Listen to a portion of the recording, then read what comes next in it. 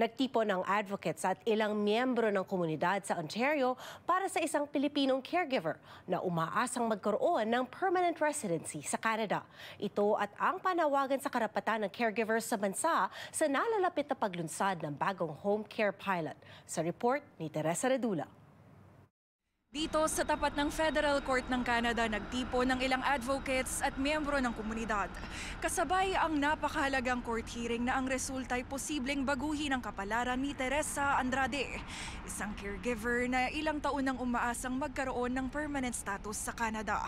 Dito mayroon din pong photo gallery na isinasalarawan ang buhay ng mga caregivers na ilang taon na ring umaasang makasama ang kanilang pamilya. Taong 2019 nang dumating si Andrade sa Canada bilang live-in caregiver. Pero matapos ang 6 na taon, kasama ang mga taga-suporta, ipinaglalaban niya sa korteng ito ang kanyang status sa bansa. I was so heartbroken in times my girls were crying, asking me when will I come back.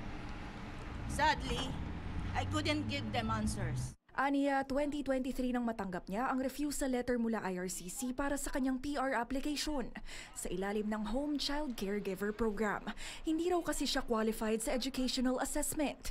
Pagkakamali raw ng Immigration Canada na posibleng mauwi sa kanyang pagiging undocumented.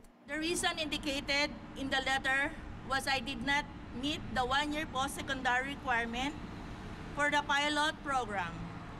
I couldn't believe it, because I clearly remember that my assessment says that I met the education requirement. Depensa ng kanyang Immigration Counsel. Teresa had the right to have the decision reconsidered, so looked at again. And indeed, in an email that she sent asking for this, she spoke to all the things about family separation that are being talked about today. And the officer, rather than even thinking about those things, even deciding if that was a good reason to reconsider their decision, just said, we're not reconsidering you. You can go do another application all over again. Go spend the $635. Ayon sa Migrant Workers Alliance for Change, mahalaga ang kaso ni Andrade lalo't 2 linggo na lamang bago ilunsad ang bagong home care worker immigration pilots. This is a better program, no?